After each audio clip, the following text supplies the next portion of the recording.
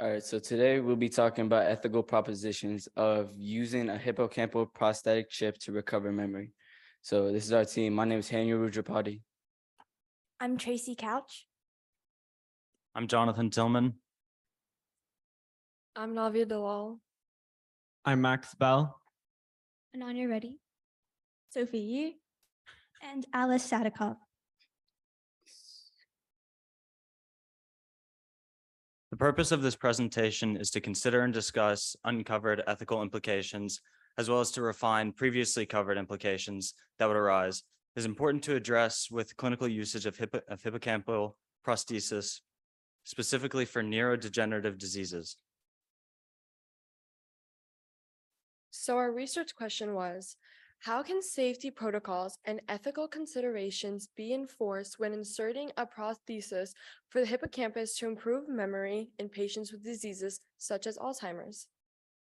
And our thesis was, in order to safely implement a hippocampal prosthesis into a patient with Alzheimer's, ethical considerations such as affordability, privacy, identity, and risk assessment needs to be addressed in order to prioritize patient welfare. Alzheimer's disease and dementia are disorders which seemingly never get better, and patients that are diagnosed with them are doomed into neurodegeneration.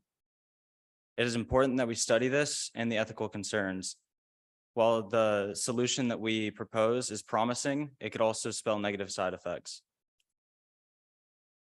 There are many current solutions in the works for Alzheimer's, dementia, and other memory-related disorders. For example, memantine, which increases glutamate in the brain, Leqembi, which reduces amyloid in the brain, and donepezil, which also reduces production of amyloid in the brain. However, while these may sound promising, they only prevent progression of the disease alongside with neurostimulation.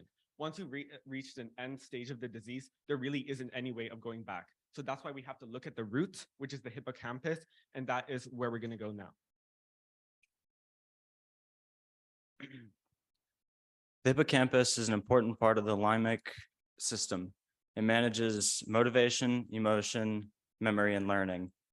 It is found in the fold of the temporal lobe. Because one of the many purposes that the hippocampus serves is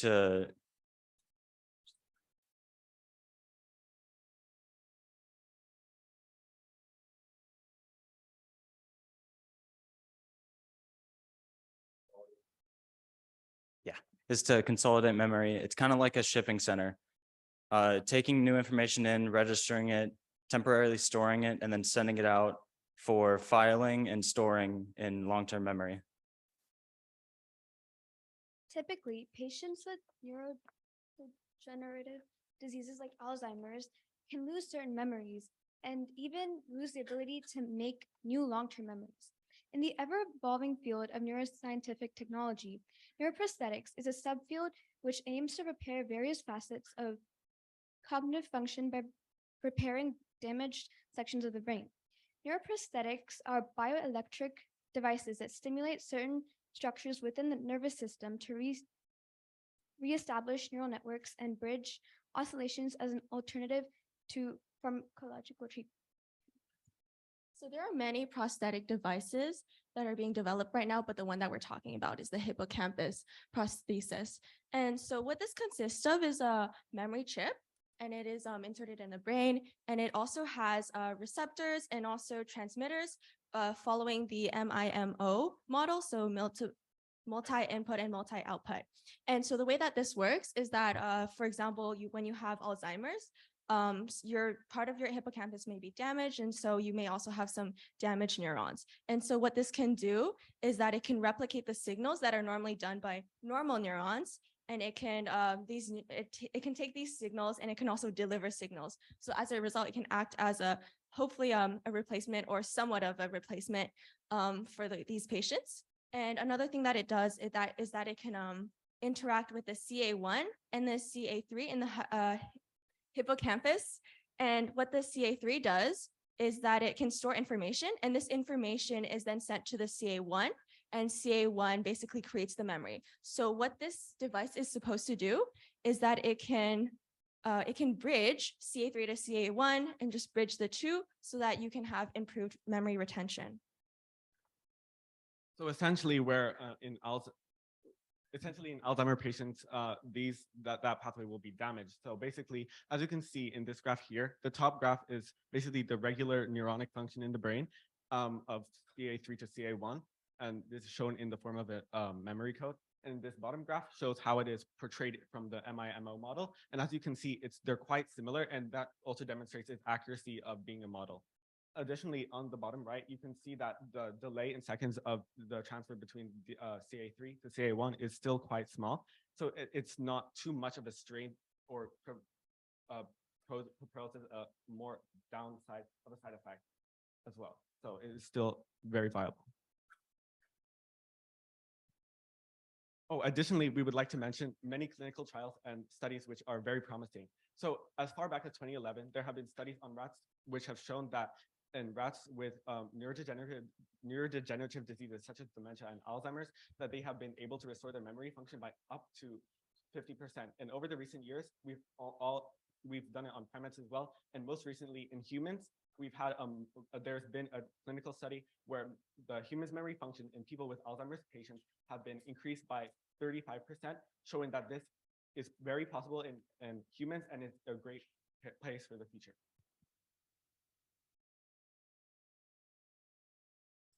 But this device definitely comes with challenges.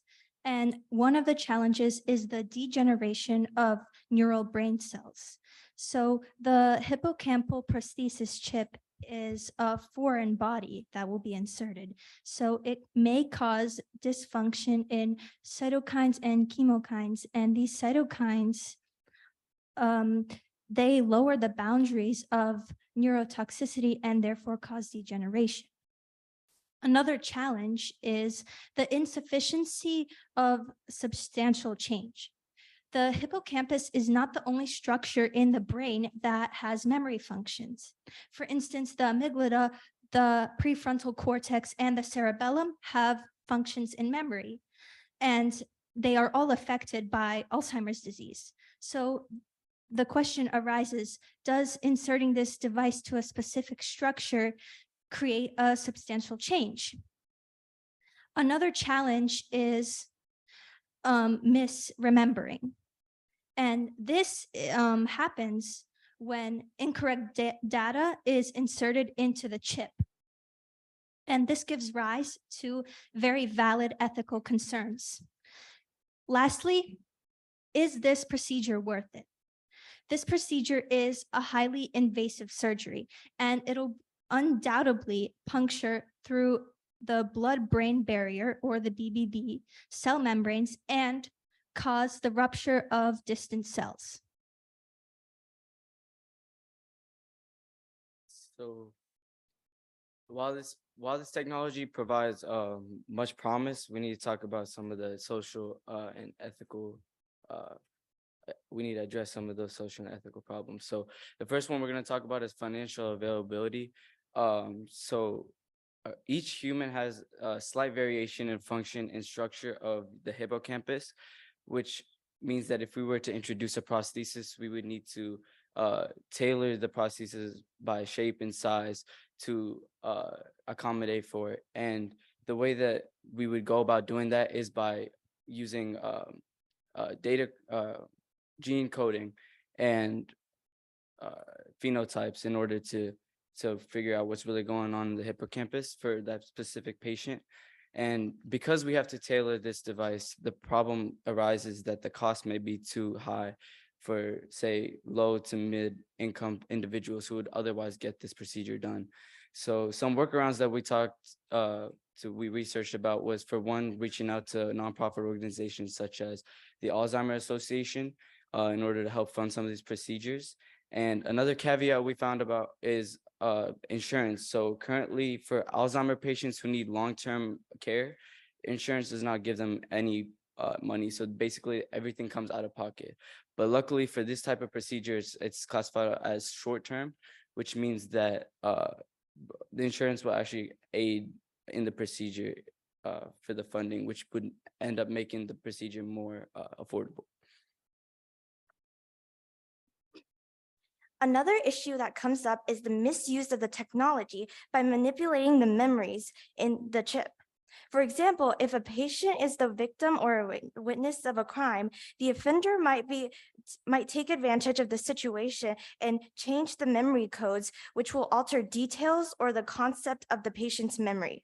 While this is not possible at the moment, this concern still needs to be addressed as more research is explored to finalize the implant. So to protect patients from manipulation, data from each device can be downloaded and stored in a central data center, so original memories can be pulled for justification. The patients will be de-identified and assigned numbers to protect their personal information from being released out into the world. In addition, this data can be stolen and sold by outside parties, so we can use a technique that's used by large companies like Google to keep the data safe. The data will be broken up into chunks and double wrapped using a data encryption key and a key encryption key. Then it will be transported to a secure company storage infrastructure. Backup protocols and disaster plans can also be created for further security measures.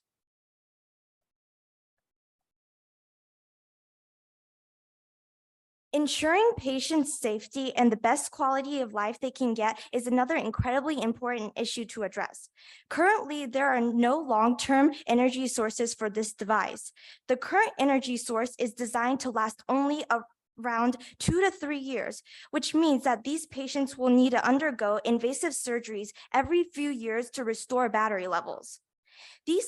A large number of surgeries means complications are more likely.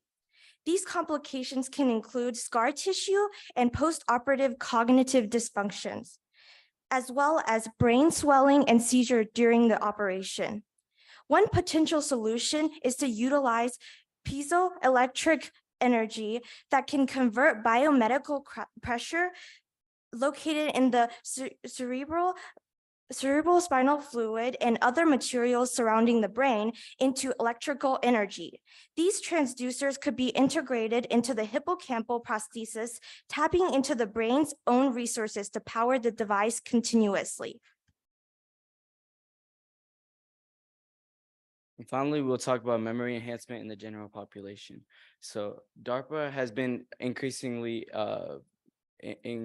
curious about human memory prosthesis, particularly for the military and helping them personnel who have brain disorders or disabilities revolving memory.